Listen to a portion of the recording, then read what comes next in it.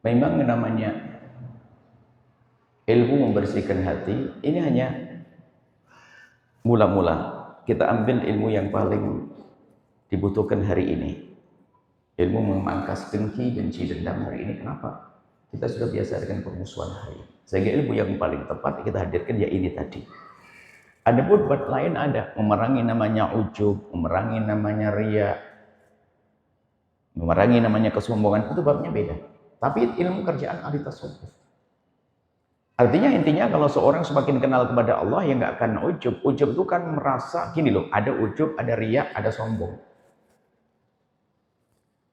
Ada riya, ada ujub, ada riya, ada ikhlas. Kalau ujub itu menggedekan amal, jadi membesarkan amal, menganggap besar amalnya di mata manusia. Ini ujub, jadi merasa, oh aku bisa berbuat. Aku bisa berbuat namanya ujub. Jadi merasa, oh aku bisa melakukan ini, nggak ada orang kayak saya. Ujub. Seolah-olah Allah tidak punya andil di dalam menjadikan dia beramal. Orang nggak akan bisa sujud kecuali dari Allah. Kok sombong? Kenapa kok menjadi ujub? Bangga, tapi lupa bahwasanya yang menjadikan dia bisa ibadah adalah Allah. Itu bahaya. Kemudian nanti riya adalah bab berbuat bukan karena Allah, dan itu halus sekali. Pembahasan riya halus. Nggak boleh kita menuduh orang lain riya. Riya adalah urusan ke dalam hati kita. Jangan, Anda tidak boleh mengatakan orang itu riya. Nggak boleh. Karena Anda tidak tahu. Karena riya itu halus sekali. Jangan ngomong riya. Seperti contoh begini. Riya itu hati. Sampai digambarkan oleh Nabi riya. Biasanya bicara ujub, riya sama ikhlas itu satu paket. Karena ujub itu mirip-mirip ada riyanya. Cuman dia menggedekan amal. Seolah-olah dia bisa, hanya dia bisa berbuat baik. Kalau riya membesarkan amal di mata manusia. Wah. Biar dia pandang oleh manusia lebih hebat. Kalau ujub menggedekan amal di matanya sendiri. Wah.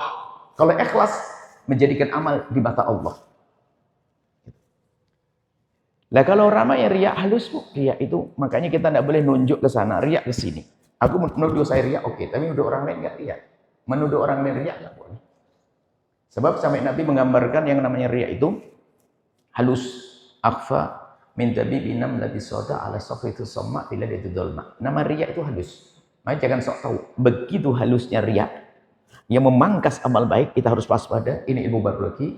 Digambarkan oleh baginda Nabi lebih lembut dari langkah kaki semut hitam yang berjalan di atas batu hitam di dalam kegelapan malam. Nirunya susah.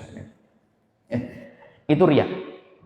Sehingga yang namanya riya itu kadang-kadang munculnya 5 tahun kemudian. Oh kamu udah ingat lah, kan saya mana? 10 tahun, halus sudah. Maka itu ilmu bersihkan hati. Nanti babnya sendiri, yang penting kalau riya jangan nunjuk ke sana. Nunjuk ke sini oke. Ikhlas boleh nunjuk ke orang, semoga dia ikhlas. Kalau ke sini nggak perlu lagi. Bahkan kita terus curigai, jangan-jangan kamu udah ikhlas. Nah, ini seperti itu ilmu bersihkan hati itu, makanya ilmu tasawuf itu harus ditekuni. Dan ilmu tasawuf itu kan teori, belajar Ihya Ulumuddin tapi masih saja hatinya kotor, nggak dirasakan. Bicara riya dibuktikan. Bicara tentang riya, aku bagaimana mangkas riya caranya. Ikuti petunjuk bagaimana memerangi riya. Anda jangan nuduh orang lain riya, yang perlu Anda memerangi riya. Sampai satu begini, ada di masjid besar. Oh ya. Ada satu orang nyumbang masjid lalu berkata kepada pemimpin kota masjid, "Tolong, Pak. Saya akan nyumbang tapi syaratnya umumkan selama 1 bulan setiap habis Jumatan." Ayo, gimana? Riya atau bukan?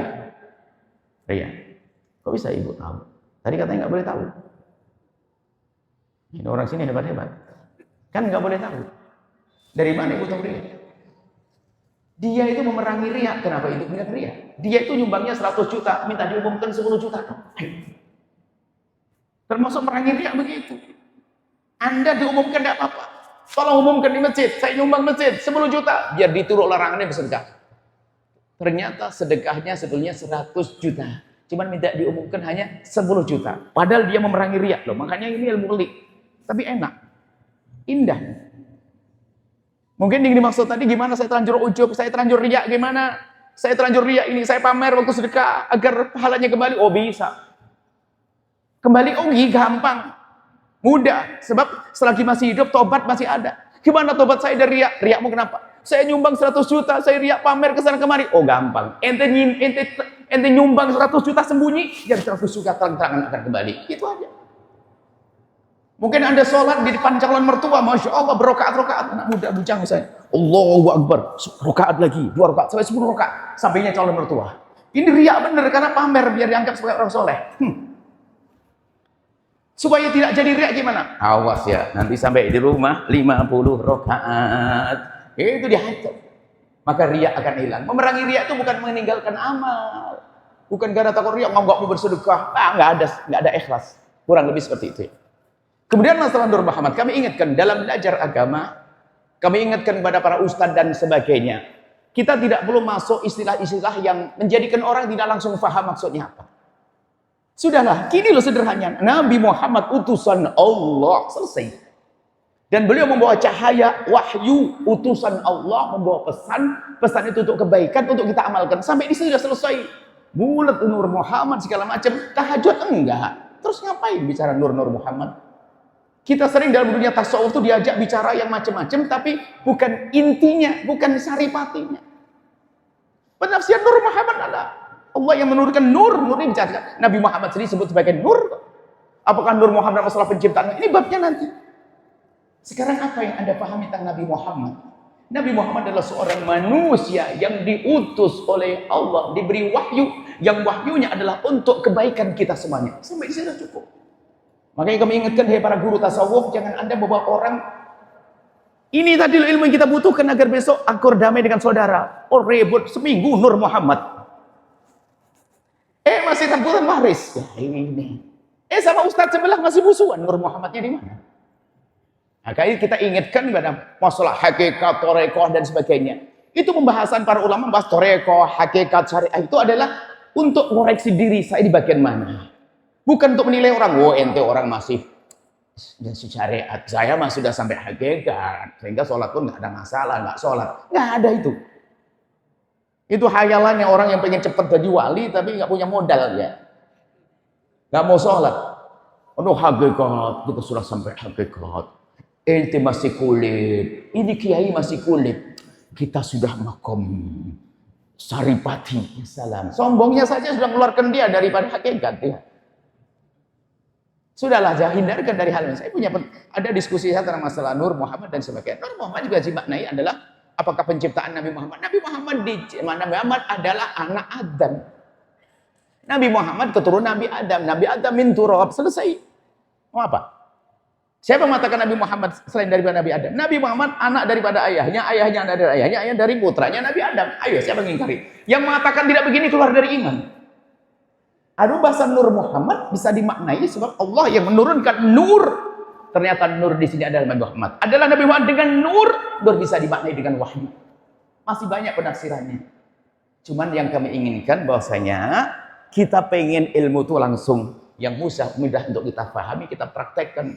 Nanti bicara Nur Muhammad, nanti bicara tentang makom fana, tenggelam dalam cintaan kepada Allah, nggak nyambung fananya gimana? Sudahlah, sholat yang benar, khusyuk, ya, sedekah karena ini memaafkan orang kayak begini, zikir coba yang sejuk di malam hari, itu saja kita pentingkan. Bukan ada kok diskusi tasawuf sampai jam 3 malam, tidur langsung, bukan tahajudan, subuhnya hilang. Sudah begitu adalah padepokan tasawuf. Tasawufnya di mana? Maksudnya bukan seperti itu. Kita pengen orang awam, kayak kita ini kan awam, dipermudah untuk dekat kepada Allah.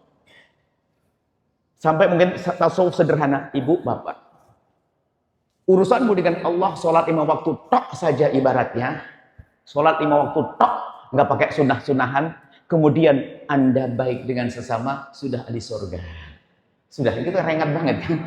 Nggak usah repot-repot, itu sederhana. Sehingga dengan sesama siapa? Sama mak, bapak, ibu yang baik. Jangan mengangkat suara. Sama saudara hati-hati, itu anak ibumu. Sama tetangga, menghormati. Sama suami hormat. Jangan cemberutan, Bu. Nah, ada yang cemberutan sama suami.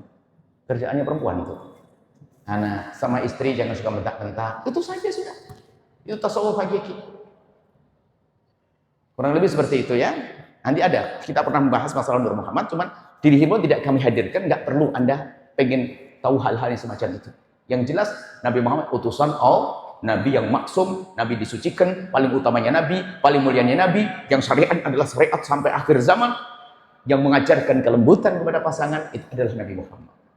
Selesai sampai di situ, pinggirkan hal-hal yang bikin Anda sibuk, gitu. Maka malah nanti gak semakin dekat kepada Allah, hanya bingung istilah-istilah saja. Allah alam bisawab. Setelah Anda menyaksikan video ini, jangan lupa berselawat kepada baginda Nabi Muhammad sallallahu alaihi wa alihi wa sahbihi wasallam.